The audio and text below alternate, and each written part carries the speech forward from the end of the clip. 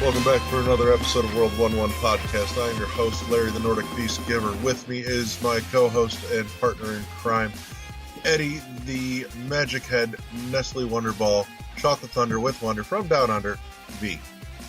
Everybody, I'm happy and to be a proud owner of my jock straps. Yay!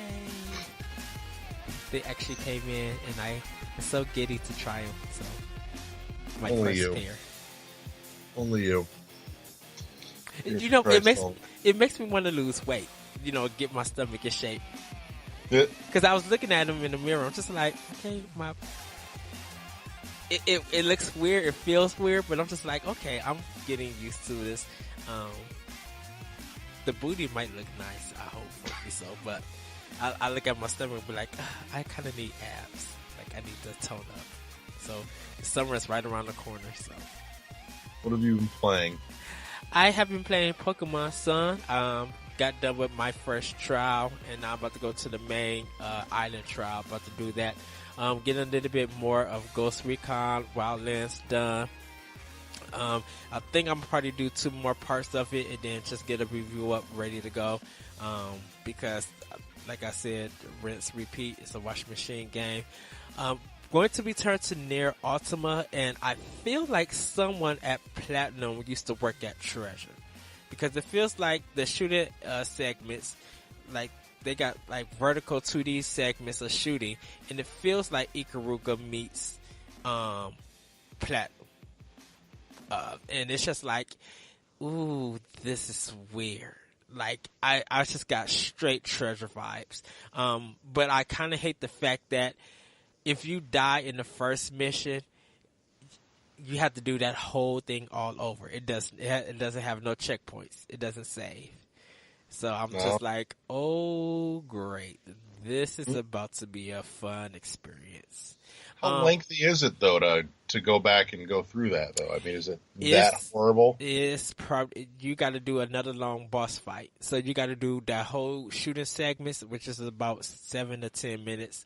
You can't skip none of the cutscenes. So when the cutscenes happen, you have to watch them. And then whatever part that you got to, it's another 45 minutes that you got to get back. So like the whole part where I was at to where I died was about maybe an hour and 15 minutes. And I had to redo it all over. So okay, that's a little salty. Yeah, so I got to do that. I bought some games from on the PSN from Golden Week. I finally got I Am Setsuna, and then I got some other games. But I haven't started them yet. I need to start them for the next 2 weeks for something very special coming soon. Anything else that I play on? No, I didn't play anything. Oh, besides the Blob 2 on my Xbox One. But other than that, that's all I've been playing. I am going to get it to Breath of the Wild, and I am going to get to Tokyo Mirage Session and Paper Mario Color Splash. I need to get to those games too, because it's some of the pieces that I want to write for them. So yeah, and Persona 5 I'm gonna get back to. I had to take a break from that to play some other stuff that I bought in the past. Like I still got to load up Dishonored 2. Well, I installed Dishonored 2, but I need to just like start it and try to get like through the first part. Okay. Other than that, that's all I have been playing. Right on. I've actually not gotten to play much of anything this week. Yeah, and I still Armor Croc. Yes. We'll talk about that later. Yeah, I forgot to, because I didn't hook up my Wii U yet, but I am going to buy it on my Wii U, and I'm going to start that because I want to be ready. Yeah, but we'll talk about that later. I'm looking forward to it, and when you mentioned Armor Croc to me, Clay Fighter came in my mind, and I was going to say, and I did try to do this. Me and my friend was going to enter a tournament at Blockbuster to fight in a Clay Fighter tournament challenge. And we literally rented Clay Fighter. And this is on the Super Nintendo, everybody, not the N64 version. We rented it on the Super Nintendo, the old version, and we practiced it.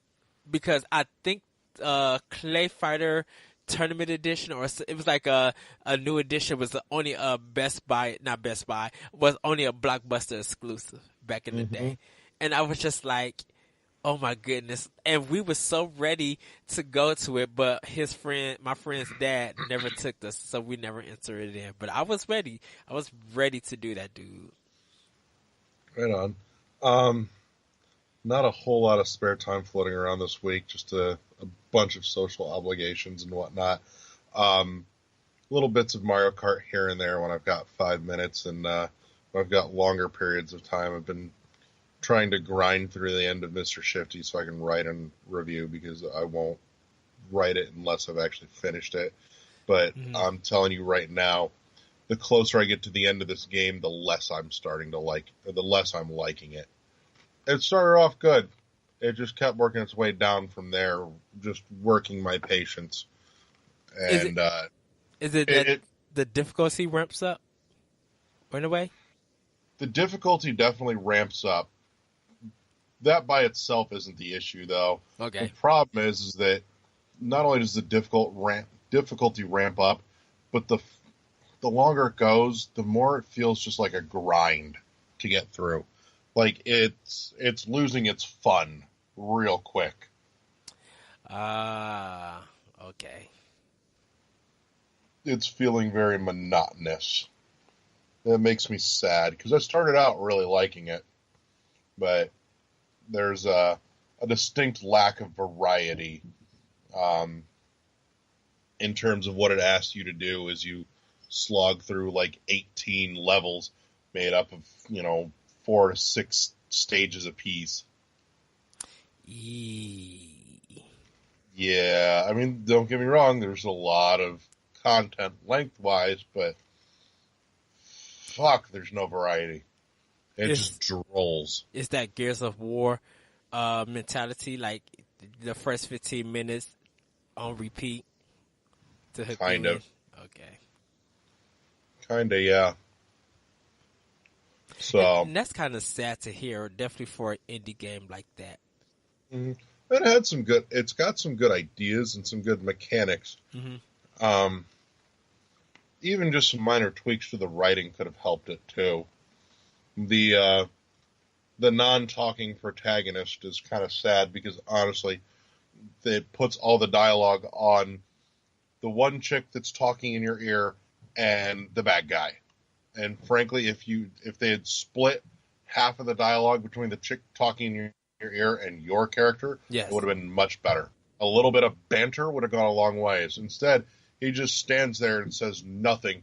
And the characters just keep, talking about, oh, you've got nothing to say? Well, rah, rah, rah, rah. I already know he doesn't talk. We don't need your commentary on it. He should have talked. He should have had some dialogue. It would have helped a lot. Gotcha. So, that aside, I think I touched Rocket League just a little bit. Probably no more than 15 minutes of it this week, sadly. It's funny that you mentioned it. A customer came into my job yesterday and was talking about, trying to get his son to sports games. And he was just like, what's one of the best sports games that's out there? I was just like, right now it's Rocket League. He's like, Rocket League? I was like, yeah, it mixes car racing and soccer together. Wait, what? I was just like, yeah, it's like one of the most popular action sports games right now. That people are still playing this very day, and I think you and your son would definitely enjoy playing it. He's just like, well, we're not going to get it now. I was just like, I took out the case and I showed her. I was like, go on YouTube and look at it to get you an idea. And he was just like really impressed. He was just like, car racing and soccer? I'm like, yes. Well, like once you play and once you learn the mechanics, you'll probably be hooked on it. Mm-hmm. It's hard not to love Rocket League. It's simple and dumb enough that anybody can do it and everybody will love it. Yeah. Anyways, that's it. That's all I got for this week. So in other news, variety of things are coming out as we get closer to E3. If anybody's been watching the Facebook page, I'm now convinced that somebody at Microsoft has been listening to me bitch for the last month. Because this week they dropped about 19 minutes worth of new footage of Phantom Dust HD, along with commentary about some of the tweaks and updates and features, and talking a little bit about apparently what the hell took so bloody long. Yeah. Like literally after we recorded, maybe 2 days? Like 2 or 3 that, days? Yeah. You and I were on show with on NGR with Corey, and we were talking about this, and it was pretty much the next fucking day that this thing drops. And I will say I thought it was interesting just to kind of listen to him talk about some of the I won't say problems, but challenges per se of putting this thing together, because apparently they didn't have access to the original completed source code. So they basically had to take the game, take the last benchmark of raw source code, and like reverse engineer it in order to make it work, and kind of like rebuild from that last check mark to finished product of the game again. Which is surprising to me that happened. I was just like, but it's your game. How did you lose the source code? Or how would you not be able to access it? It was a different studio that did it originally. It's not the same studio that's doing the HD remaster. Right, but isn't it? But wouldn't Microsoft have it somewhere in their home or something like that, in their company? Because I'm like, I don't think it was Microsoft's either. It was a Japanese studio that did it. But it's not a third-party title, though. I think it was. Really? I'll have to look it up, but I'm fairly certain. But in any case, on top of that, though, they were saying that they did end up with access to almost all of the original assets in their uncompressed form, which is fantastic, because that means that a lot of what went into the original ended up being compressed for space, and here it's not. That's not the case, because there is so much more space on the disc that they don't have to cram it down to make it all fit, and it looks really good. Excuse me. It looks really, really good. Okay, so Phantom Dust, was the developer is Microsoft Game Studio. Publishers, Japan was Microsoft Game Studios. North America was Majesco Entertainment. So that's why I wonder. I'm just like, that is so weird. Yeah. But yeah, check out the, like I said, there's a link to the YouTube video on the Facebook page. Check that out. Full of good stuff. Makes me all kinds of happy. Other minor tweaks to be able to get into like the multiplayer a little bit faster, right from the get-go.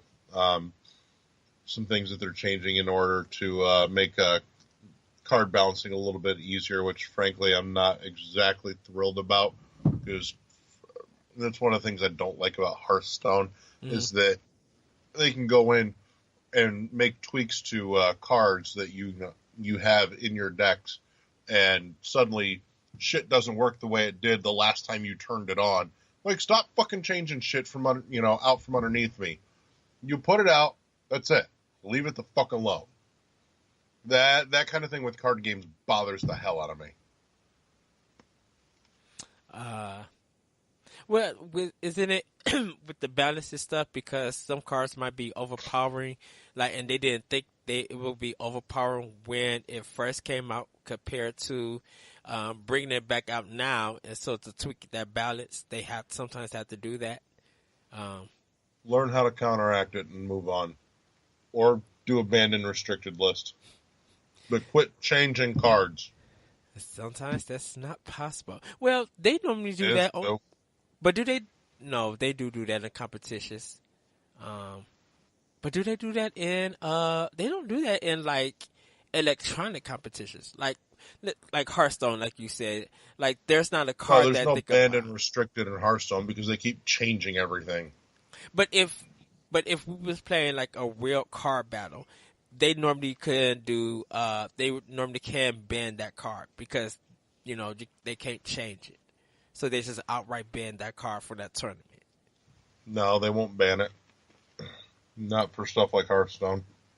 But if it was a real life card game, Yeah, if it was a card game and you can't change it, then what, like with Magic, what they do is they will update the banned and restricted list. Some cards are completely banned from tournament play.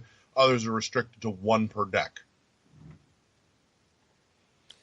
wow, because people might buy those many cards and play it as many times as they can. Like with Magic, typically you're limited to like 4 of any one card to a deck aside from land cards.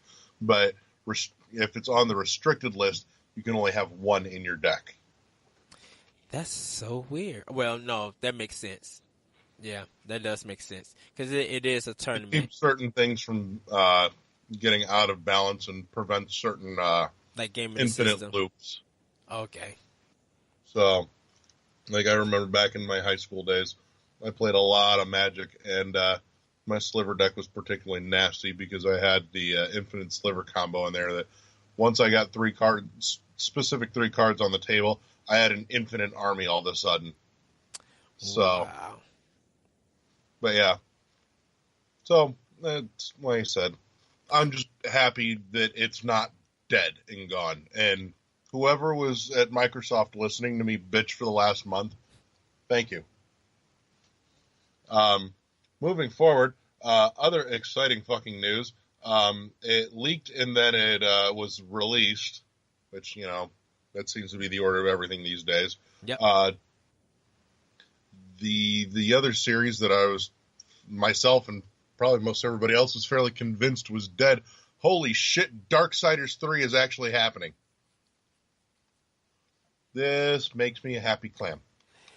I'm iffy about it. Don't you naysay this. I'm going to naysay it. And I'm naysaying it as more as I hope that there's different weapons that they could use.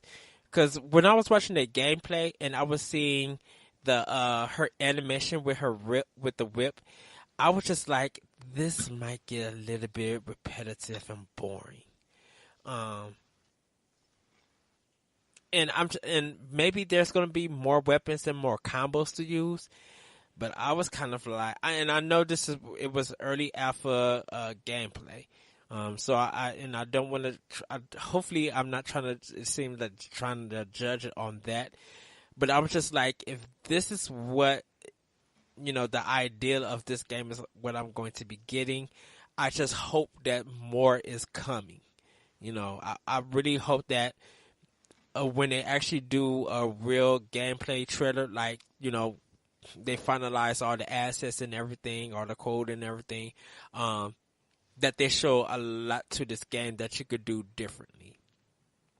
Because I know they said they're using the Darksiders 2 engine to make this game, and that's they're using the engine's fine, but they are building up some different mechanics, which is clear as day going from 2 to 3. But it's kind of an odd time placement for a sequel because it actually takes place at the same time as Darksiders 2, just somewhere else. So 2 and 3 both take place after 1, but 2 and 3 take place at the same time as each other. Which is weird because when you beat the first Darksiders, all of the other horsemen are coming. So Death, Fury, and Strife. I think it's Strife. Those 3 are coming to get war. So if this is happening during Darksiders 2, then that ending for 1 should have never been shown or happened, because Death should be there and Strife should be there with Fury. Well, from what I've seen, war is still incarcerated by the Charred Council, Mm-hmm. and it doesn't mean that the other horseman isn't there somewhere. It just means that this one is, off on her own, just like Death was off on his own for 2. Yeah, but Death and War were doing it at the same time. Their games, yeah. Death and War game time, they both were doing it, but Death was somewhere else. So at the end of 1, like I said, those 3 in the clouds, they show those 3 coming towards War at the end of 1. So when Death finished his adventure, War had got captured. So Death should have joined Fury and Strife, and those 3 should have been heading towards War. And then, so Darksiders 3 should have started off with that. I'm gonna have to replay it again. Yeah, but because in any case. Yeah, because if Fury is there and it's happening while Death is there, then that just messes up 1 altogether. That just messes up the whole timeline together. Because I'm just like, that doesn't work if that's the story. But yeah, in the trailer, Fury is there because she put her hand on War, looks at him, and then heads up to talk to the mountain thing. Mm-hmm. But at this point, I don't much care other than beyond the fact it's getting made at least. I didn't think it was going to happen. So, hooray for that. And I'm going to get it. There's no doubt about it. I'm going to get it. So. Yeah. Other thing coming up. We talked just briefly about it a little bit ago. Continue to work to get a guest on the show for your guys' entertainment, and we've reached out, and I'm in the process of locking down details and dates with them. But the fine folks behind Armakrog, and their studio was actually born of the remnants of the crew that did the Neverhood and Skull Monkeys from back in the 90s and early 2000s, are going to be joining us likely in the next few weeks as we lock down some details and try and get everybody wrangled together and all on the same page. But that's something that's in the works as well. Mm-hmm. So we'll get to hear a lot more about the birthing of Armakrog and all things that went with it, and probably some history to go along with that as well, going back to Skull Monkeys and Neverhood. So that's another thing coming up. Eddie, give me other news. Throw me other interesting shit. Well, it seems that we're getting into like E3 rumors right now. On the site Gamer Splash, 2 new Metro games being developed by Retro Studios and Climax Studios. It is reported that, according to popular Nintendo... You can take this report with all the salt in the world, by the way. According to popular Nintendo YouTuber Super Metal Dave 64, 2 new Metro games are currently deep into development for Nintendo Switch, with at least one being highly likely to be shown at E3. Dave appeared on Spawncast Saturday to share this information. According to him, Retro Studios has been hard at work on a new 3D Metroid Prime game. He refers it to as Metroid Prime 4, as well as a new IP. This will line up with recent reports from Emily Rogers stating the studio has been developing a new title for over 3 years. Second, Dave also mentions that another studio, Climax Studio, is developing a new Metroid game, and it's probably not going to be a 2D Metroid. He says that while both projects could be shown off at E3 this year, the Climax Studio project is much more likely to be revealed. And then you guys can read down more. And he also, Super Metal Day 64, the Spawncast Live, you can watch the video on YouTube about that. And the reason why I'm going to take this definitely with a grain of salt, I actually said, I'll place this one right by the salt factory, like throw it in the salt materials, because Retro is not known for developing 2 games at once. Nintendo's not going to give them anything like that. They're working on their own IP. Even when they were hiring artists and hiring more people, their project was for their new IP. It was never for a Metroid game. Retro said the Prime series was done and finalized after Prime 3. And, definitely after Federation Force coming out, I don't think they're ready to go into a new Metroid game just yet. Now, not saying that Retro Studios is not making another Metroid game, but I don't think a Prime game or a Metroid game is going to come out from them. I think a Metroid game is going to come out, but from a different developer. Hopefully, depending on if Platinum does it, that's very doubtful at this point in time. I think Tecmo Kobe is going to probably get another chance at it, because regardless of what you thought of Metroid Other M, I kind of would love to see that action and that speed of a Metroid game there again. Whether they mix in 2D with 3D, I think they're going to get a second chance, and actually learn from not mistakes, but learn from the problems that were in Other M that a lot of people had. I think they probably looked at a lot of criticism and took note of it and be like, we can make this one work and we can make it better. I still don't think I want Platinum's hands on it, truthfully. Well, I like Platinum, but my problem is Platinum stuff is 50-50 hit or miss. Like, yes. There's no in between. When they're on, but when they're off, they're fucking off. And yeah. I don't like the odds of 50-50 with something as near and dear to me as this series. Yeah. And I don't think Metroid, Samus as a character, is too physical action based or stylized for Platinum. Mm-hmm. Yes, Ninja Gaiden, has that stylized, but I think Tecmo Kobe has got a better understanding developing the Metroid game, a Metroid game style. I think if they went 2D, like I said, I think Drinkbox would have been a better taker because of Guacamelee. But if Climax is working on a Metroid game, it'll probably be for 3DS. I don't think it'll be for Switch. I think they'll have a higher developer that has worked with Nintendo before, like in Japan, like taking notes and stuff. I think they probably will work better, or once again, with Tecmo Kobe. Now, for what it's worth, like I said, take this shit with all the salt in the world, but there could be some other niggling logic behind it too, being that Nintendo has not let through the likes of Tom Happ, as we went through a couple weeks ago, talking about and dealing with.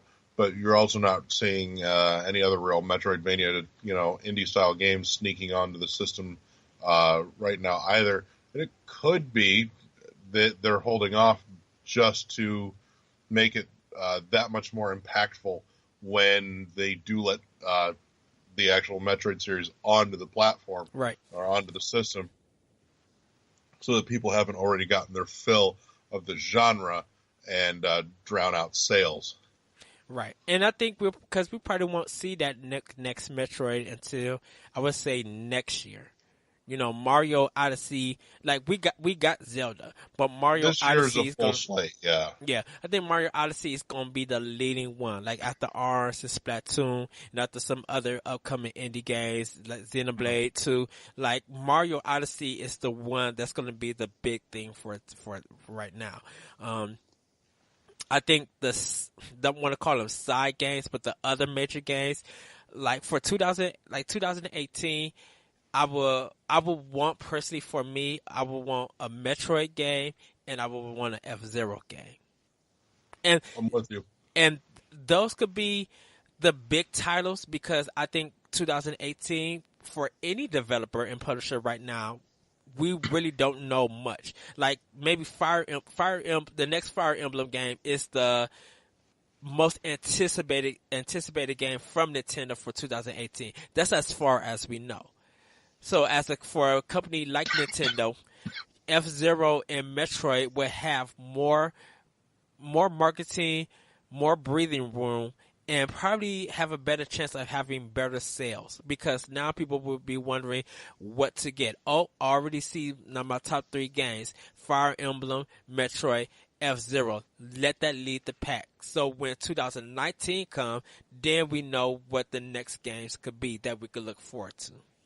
Yeah, and I mean, it's not like Nintendo hasn't let Samus be the big holiday lead for him before. Yes. You know, back early 2000s, you had Prime and Fusion drop same day and date with each other in November, and it did extremely well for him that way. Yes. So I mean, it has the ability to be a benchmark holiday title. Especially with Mario Odyssey being their holiday title this year. They've got to put something solid on the plate for next holiday. And as much as I don't want to wait till next holiday, I've already been waiting anyways. I would be happy to see them put that in the big holiday slot and forced to pump the hell out of it, rather than letting it just wither, as they've been known to do in the past. In addition, I think something like F-Zero could make a great late winter, early, spring title. Mm-hmm. And then you can throw in some stuff. And I think, frankly, a great way to do this would be here next month, let's announce Pokemon Stars, and it's coming summer 2018. Well, Put that right in the middle of that would be brilliant.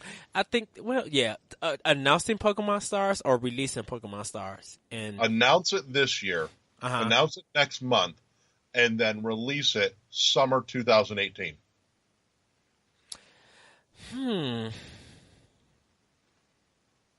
They can spend a whole year building up to it, and they will still continue to get more and more sales out of Sun and Moon as it draws closer. And then at that point, they should, in theory, have the majority of their supply issues worked out so that when it comes out, there's not, riots in the street because everyone wants Stars but can't get a Switch to play it on. Yeah, that is true. But then do Stars become, Stars will become the travel game for the summer. Exactly. For Pokemon. Exactly. Summer's all about having a solid portable title, and what better is there than fucking Pokemon? Well, I think they would probably do Pokemon tournament too, or Pokken 2, I should say. Yeah, well, that'd be interesting. I mean, because I know Pokemon is. A lot of them come out in the fall. So I think this will probably be a first for them to do it in the summer. I mean, I could see it. I could see it like they push it for E3, like market it well for E3, and then or even it's not do a surprise release, but market it for E3 and just be like, well, we got one more hidden surprise for Pokemon Stars, and then announce something, and then probably release it maybe 2 weeks after E3 or something like that. Nah, there's no way they're going to do that short of a lead up for Pokemon. Well, because I think if they do it in the summer, I think something like that, they're going to wait. The Pokemon company, getting all my that's confused. I think the Pokemon company will want to be marketed big and marketed well, and so why not do it for E3? Don't do it. I wouldn't do it before E3 to release the game. I will market it a little bit like one more surprise for it at E3, and then release the game at least maybe the week after E3 or 2 weeks after it. Because they consider still July and August still part of the summer. and a little bit maybe the first or 2 weeks of September, still part of the summer. Because fall doesn't happen until a little bit later in September. Yeah, but like I said, I think that would be the smart thing to do. Whether or not that's what they actually do is anybody's guess at this point. I'm really curious to see at this point.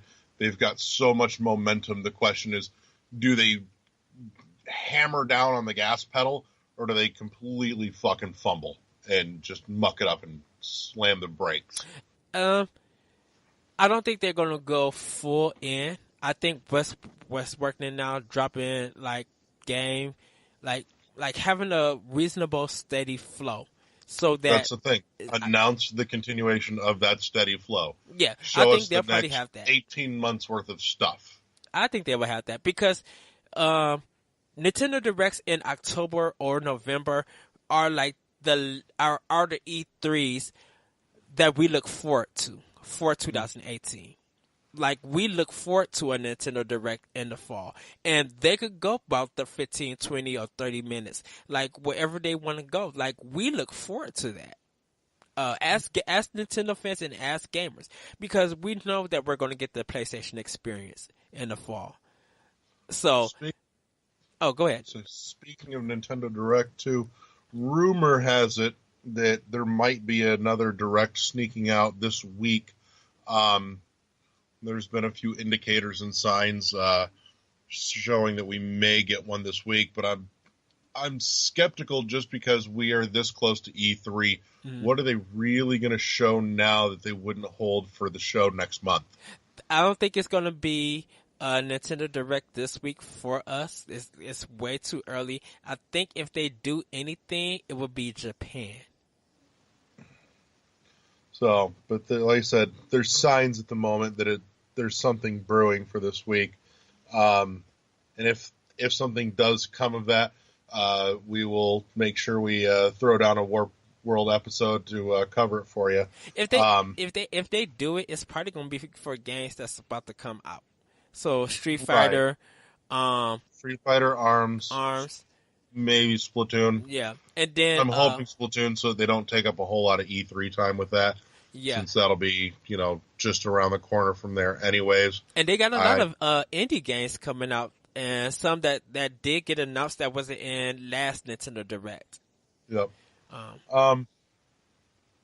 Last thing I got is NBA Playgrounds dropping here tomorrow for you guys as you listen to this on Monday. Missing a number of features, actually.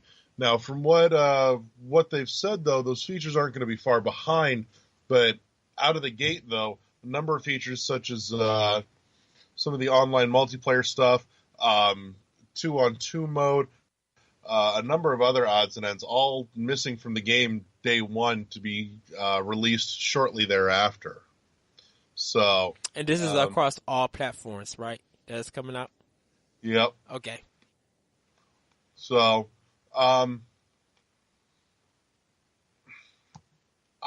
bummed to hear this because I was actually looking forward to this. It was one of the rare sports games I was looking forward to. And I'm a little irked that they didn't have the integrity to just shut up and hold the game until they had everything ready to go.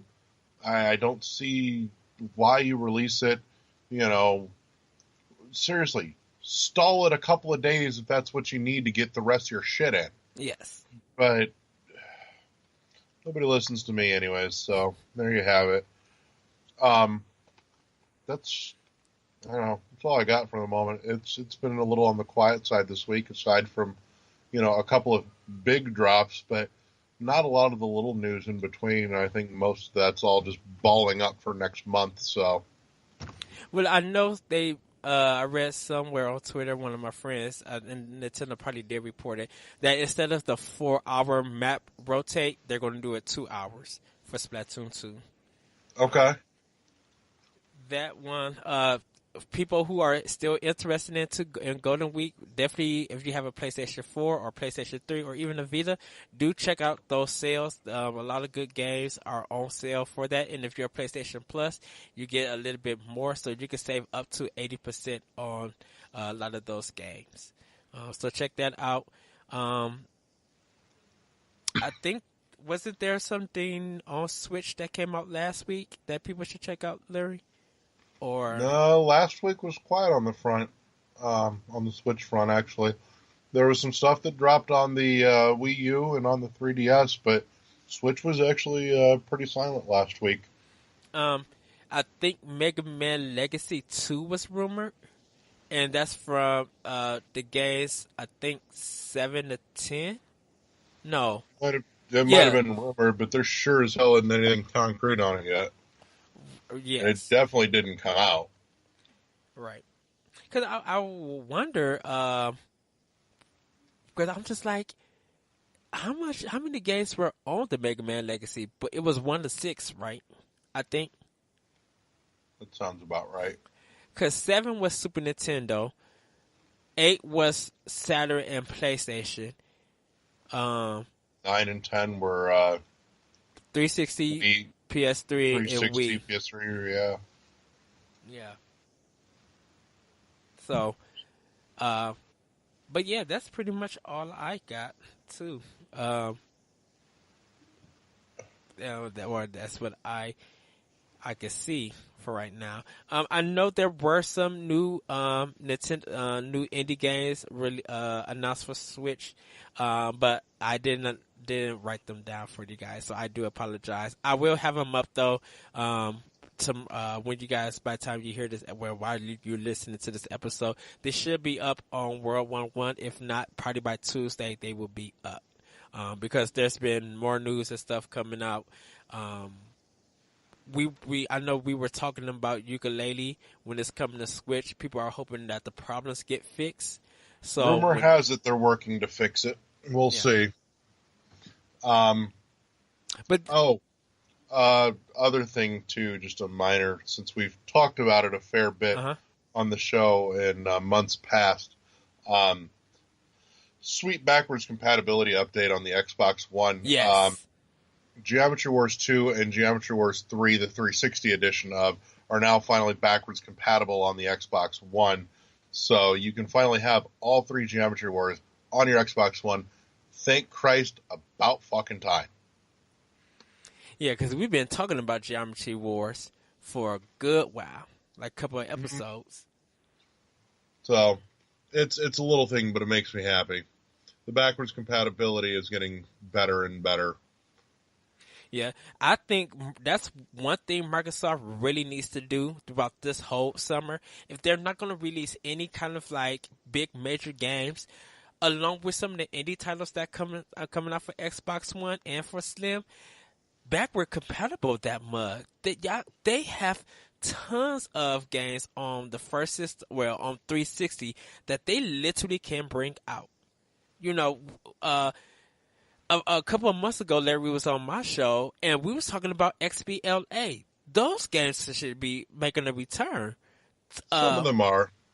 Or even do a new Summer of Arcade for this year. I like that program. Amen. Needs to come Bring back. that shit back. Yes, and that brought us some of the best stuff ever. And you could do it almost like what Nintendo did last year for Wii U in September. How they was dropping like Jota, Axiom Verge, some other indie games. Like they were like jumping them, bringing them out every Thursday, and then 10% off on the day it was released. So bam, so like started off with a big major game or whatever for during their Xbox One conference. Release it on that Sunday, and then every Wednesday that XBLA game dropped for Summer Arcades. Let that lead up to Cuphead. Yep. They could bring out 12 or 14 good games for XBLA. 6 could be from the 360 backwards. 6 of them could be new indie games. Bam. It should not be that hard, but it makes me wonder if they're struggling to court developers for that. They shouldn't be. But at this point in time, they shouldn't be. I know Scorpio is a big thing, but hey, you got people who want to know why they need to own an Xbox. Let Summer of Arcade, or even Summer of Arcade retro style, let that be the leading factor. Anyways, Microsoft gave me what I wanted this week at this point, so I'm done talking trash for a little while. They're off my shit list for at least a couple weeks. I give them. Unless they do something exceptionally stupid, then you're back on. But as for right now, the lack of anything else, you're off the shit list. They'll have something. Don't worry.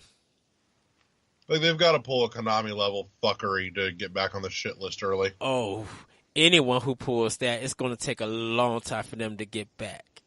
I mean, shout out to Jim Sterling. Hit the lever. I mean, Microsoft been through their rough patches. I mean, they got Konami like hard before, when the Xbox One actually came out, and it took a long time for them to get to where they're at now. You know, yeah. and regardless of what you guys think of what Konami did to Kojima, you went out and brought Super Bomberman R. No, I didn't. You didn't, but some people did, and that is a sign that gave Konami a sign to be like, maybe we messed up, but you guys still support us. Hopefully this is a forgiveness, and this could lead to more retro style games, because like I've been saying, if Konami returns back to video games and they want to do it right, they gotta get their games back on a Nintendo platform. And even if they're treated as Super Nintendo style, whether it's 2D or it's prettier, small little graphics, they need to get to that. And if it's on Switch at a reasonable price and it's back being fun, that's gonna put Konami back in the sweet spot to be like, this is the Konami that I remember. That being said, Konami did at least put out some free DLC for Bomberman R, so yes. Props to them for at least doing something respectable. Can I get a Sunset Riders 2? That's what I want. And a Gradius or Axelate 2, something. Well, Gradius have many the mini games. Heck, can I get? I could totally get behind another Gradius. Ooh, bring Parodius out, because it never came out to America. Yeah, we could do that too. Also, not that it was Capcom or Konami, but I also want R-Type back. Oh, IRAM. Oh, what happened? Tell me how sexy R-Type Final would look like on that nice long wide screen on the Switch. I would come. I would get another train ticket, and I'm coming down to speak. We'll go to. We'll definitely make sure that we go to Eva Check too. I didn't get to get my King Gyros, but we better. All right. We still gotta go to the Italian restaurant still, so yeah. Yeah, that'll be next time too. Yeah, because I'm like, you gotta give me another controller. We gotta go through R-Type Final. Like, I gotta find a copy. I haven't had a copy of that in years. Was PlayStation 2 the last system they put R-Type on? That, unless you want to count PSP. Let's just stay with PlayStation 2. It was the last home console, we'll put it that way. I need to check into IRAM's category, IRAM games, because I wonder who owned their properties, if they sold them. Yeah, because R-Type needs to make a comeback, dude. It really does. Yep. You hear that, Microsoft? If you need to, even if you need to steal that from Nintendo, I'm fine with it. Bring a new R-Type out, Summer Arcade. $10. But yeah. You know, it'd be really cool if we could have like a meshing of some of the companies and their properties on like the vertical shooters. Yes. And pull like a Puyo Puyo Tetris switch mode on there where it's 3 different, brands of horizontal shooters or vertical shooters. So we've got like Ikaruga on one. Yes! We've got, find me 2 more, and it's on this big cylinder that, that every 30 seconds or so rotates a third. And now you're looking at a screen of another one. Dude. So the other 2 in the background are going on autopilot. and you're working on just this one that's in front of you for about 30, 45 seconds, and then it switches off again, and you just keep going round and round, and, hope to God that you survive all the way through. Ikaruga, 1942, and there was a Namco Bandai one, and I cannot think of it. No, because Thunder Force was horizontal. There's one of them we could find. I'm thinking that Gradius was horizontal too, wasn't it? It wasn't vertical. No. Yeah, Gradius was horizontal, yeah. Okay. Yeah, I know there was another vertical one that now escapes me, but there's got to be enough to make it worthwhile. Yeah. But, like 3 of them that are very diverse in terms of mechanics, so that, oh, you know what? Put fucking blazing lasers in there. Yes! Make that happen.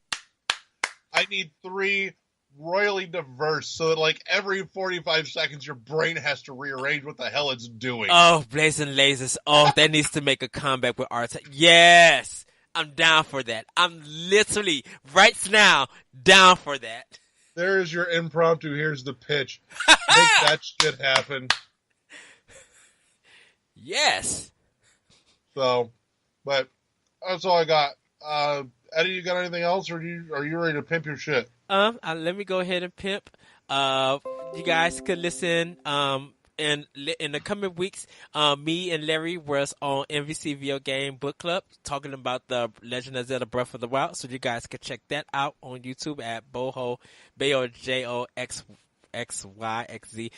Adrian will get me later about that. But you can check out that page, so you can watch that discussion. You can hear my podcast, Optional Opinion, on SoundCloud, iTunes, Google Play, the Anomalous Radio Network.podbean.com, and other podcast apps, that you have. You can hear World 101 podcast at ShoutsEngine.com, and also you can hear it on iTunes and Google Play. You can follow us on Twitter at World1_1 podcast. You can also email us at World11podcast@gmail.com. And you can follow me on Twitter at ThatRetroCode. And also check out my other podcast that I did with Corey Derrick, Nintendo Power Block on NGR Radio and NGRradio.com. NGR Radio on YouTube and NGRradio.com. I have some writings up there. And, I will be having some reviews on the World 101 Podcast Facebook page. So World 101 Podcast Facebook and World 101 forum page, I believe.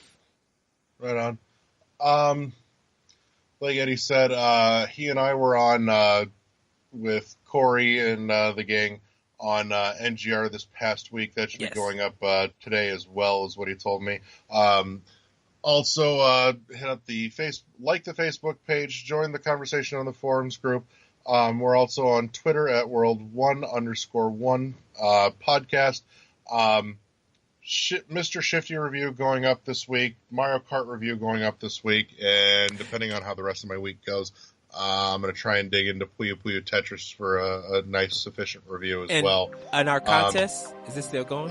Yep, I've still got a few codes left to give away of Axiom Verge. That contest post is up on the Facebook page. I'll make sure I get that reshared out and bumped up to the top again. And I think that's it. Yeah. That's all I got. That's all you got? So everybody, we will see you next time on World 101 Podcast. All right, we are out. Bye. Good night.